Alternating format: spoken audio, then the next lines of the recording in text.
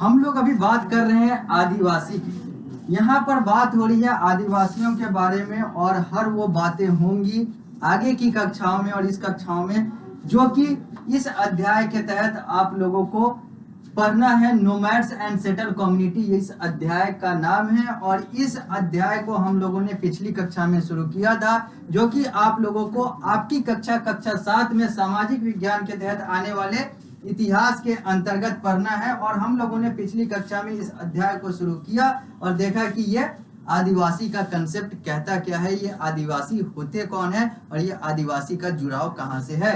अब आगे बढ़ते हैं, इस अध्याय को आगे बढ़ाते हैं। जहां पर हम लोगों ने पिछली कक्षा को विराम दिया था वहीं से इस अध्याय को अब आगे बढ़ाएंगे और बात करेंगे सोर्सेज का, यानी कि आदिवासी की बात करेंगे कि आदिवासी के जो उत्पत्ति है उनका सोर्स क्या है। तो इसके लिए हम लोग किसकी बात करेंगे, तो एंथ्रोपोलॉजी की बात करेंगे। एंथ्रोपोलॉजी को कहते हैं मानव सभ्यता का विज्ञान, यानी कि मानव सभ्यता, मानव जाति, मानव रीति रिवाज, इन सारे चीजों का जो साइंस है जिसके तहत हम लोगों को इसका ज्ञान मिलता है उसको अंग्रेजी में एंथ्रोपोलॉजी कहते हैं, हिंदी में मानव सभ्यता का विज्ञान कहा जाता है। तो यहाँ पर लिखा हुआ है कि the study of tribal life and society is a part of the science of anthropology.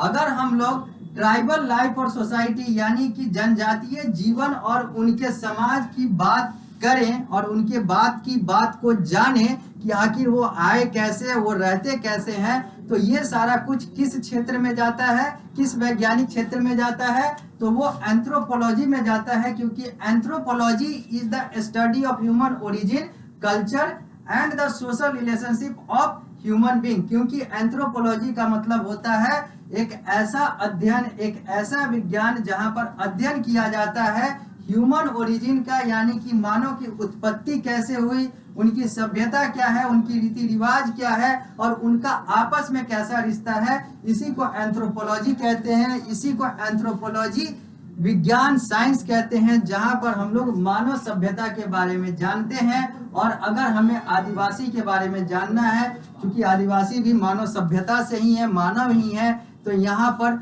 हम लोग इसी एंथ्रोपोलॉजी के तहत इनको समझ पाएंगे। लिखा हुआ है scholar of anthropology are called anthropologist. जो एंथ्रोपोलॉजी के ज्ञाता है, जानकार है या विद्वान कह लें, उनको हम लोग एंथ्रोपोलॉजिस्ट कहते हैं। यानी कि एंथ्रोपोलॉजी एक क्षेत्र है जहां पर पढ़ाई की जाती है किसकी, तो मानव सभ्यता, मानव इंसानों से जुड़े हुए उनके उत्पत्ति की, उनके कल्चर की, उनके सोशल रिलेशनशिप की, इन सारे चीजों की जो पढ़ाई की जाती है वो एंथ्रोपोलॉजी के तहत होता है। और जो इनके विद्वान होते हैं वो एंथ्रोपोलॉजिस्ट कहलाते हैं। They study tribal by living among them and observing the smallest detail of their lifestyle. ये जो एंथ्रोपोलॉजिस्ट होते हैं ये कैसे जानते हैं या फिर कैसे ये स्टडी करते हैं ट्राइबल का, तो उसके लिए ये लोग जो है ट्राइबल के साथ यानी कि जनजातीय समुदाय के साथ, उनके लोगों के साथ रहते हैं, जीवन जीते हैं और फिर उनका जो वो किस तरीके से जी रहे हैं, जो आदिवासी जो है वो किस तरीके से अपना जीवन जी रहे हैं, इन सारे चीजों को ये लोग ऑब्जर्व करते हैं, देखते हैं, समझते हैं और फिर उसी आधार पर अपना फाइंडिंग, अपना निष्कर्ष देते हैं। यानी कि एंथ्रोपोलॉजी वो विज्ञान है जिसके तहत इंसान से जुड़े हुए अलग अलग चीजों को पढ़ा जाता है।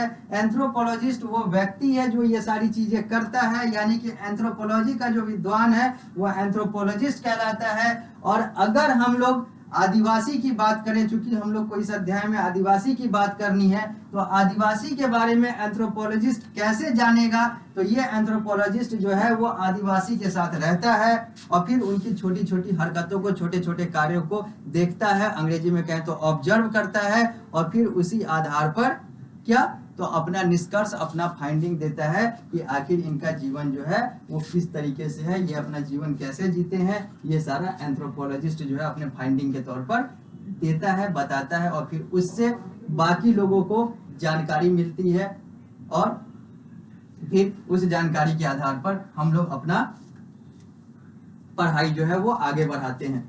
लिखा हुआ है common feature of tribal community. Tribal community के कुछ खास और कुछ सामान्य गुण की बात करते हैं, यानी कि जनजातीय समुदाय के कुछ सामान्य गुण की बात करते हैं।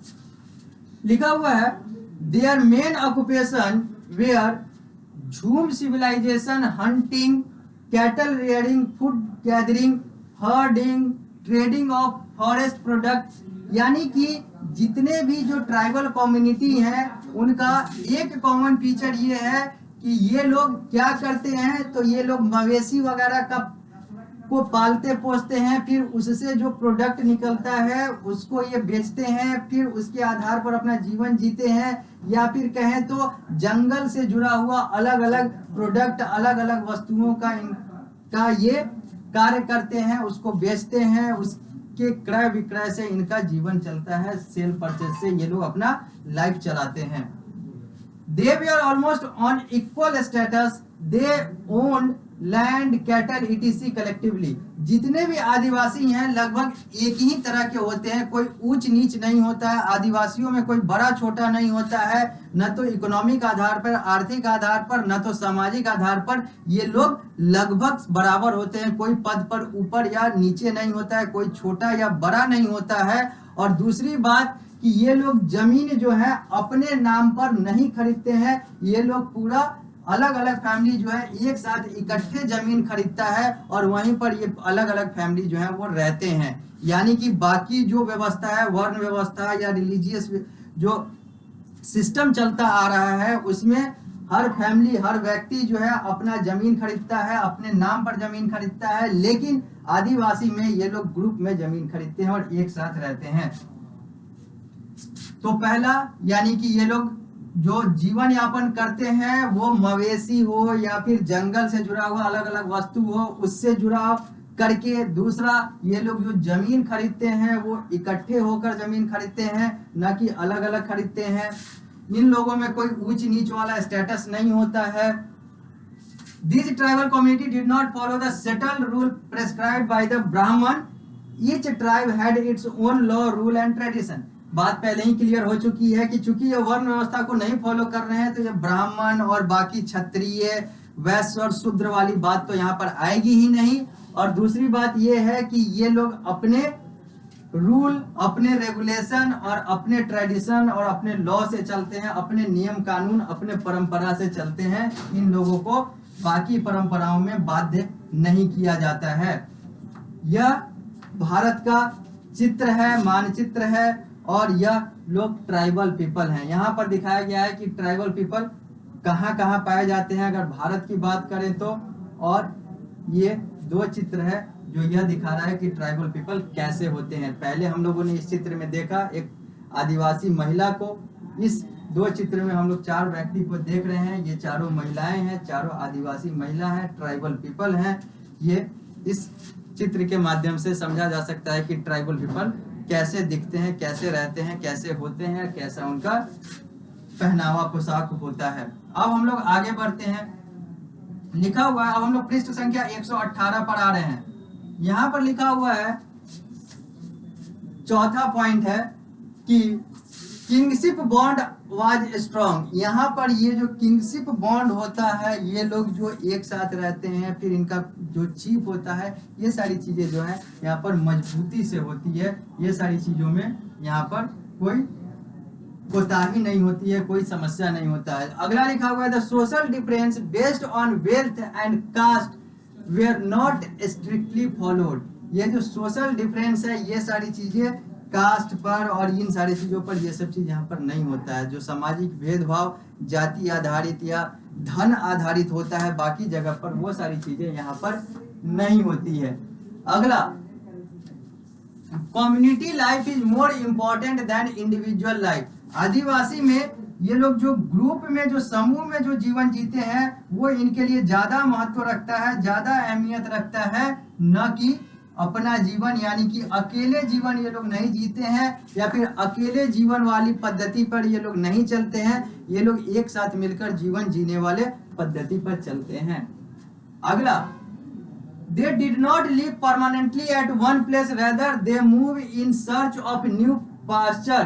ये एक जगह पर हमेशा के लिए नहीं रहते हैं, ये लोग एक जगह से दूसरे जगह घूमते रहते हैं ताकि ये लोग अपना जीवन यापन करते रहें। गड्डी ऑफ कुल्लू, बरकवाल ऑफ कश्मीर, लवेट्स of Andhra Pradesh we are called पास्टोरिस्ट।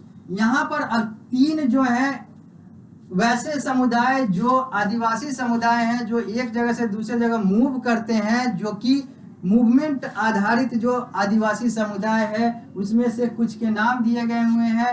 Himachal Pradesh के कुल्लू में गड्डी समुदाय, बकरवाल समुदाय कश्मीर का, और लवदेश समुदाय जो है आंध्र प्रदेश का। ये सब जो है मूवमेंट बेस्ड आदिवासी समुदाय हैं, यानी कि ये लोग एक जगह पर नहीं रहते हैं। कुछ लोग एक जगह पर स्थिर रहते हैं, तो कुछ लोग जो है वो मूवमेंट करते हैं, एक जगह से दूसरे जगह शिफ्ट होते हैं, जिनको पास्टोरिस्ट कहते हैं। और ये लोग कुछ यहाँ पर उदाहरण दिए गए हुए हैं कुल्लू के, कश्मीर के और आंध्र प्रदेश के आदिवासी समुदाय का।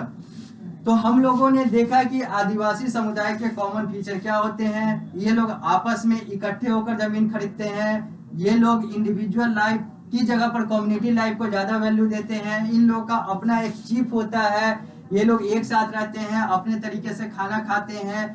ये लोग मूव करते हैं, मतलब कुछ लोग जो है वो सेटल्ड होते हैं, तो कुछ लोग जो है वो मूव करते हैं, एक जगह से दूसरे जगह मूव करते हैं, ताकि उनको लगता है कि ऐसे करेंगे तो जीवन जो है थोड़ा सा और आसान हो जाएगा और अच्छा हो जाएगा। तो ये सारी बातें हैं जो कि common feature of tribal community है। अब हम लोग बात करेंगे नोमैड्स की, लेकिन नोमैड्स की बात होगी अगली कक्षा में। इस कक्षा को अभी हम लोग यहीं पर विराम देते हैं, मिलते हैं अगली कक्षा में। तो इस अध्याय को नोमैड्स से आगे बढ़ाएंगे।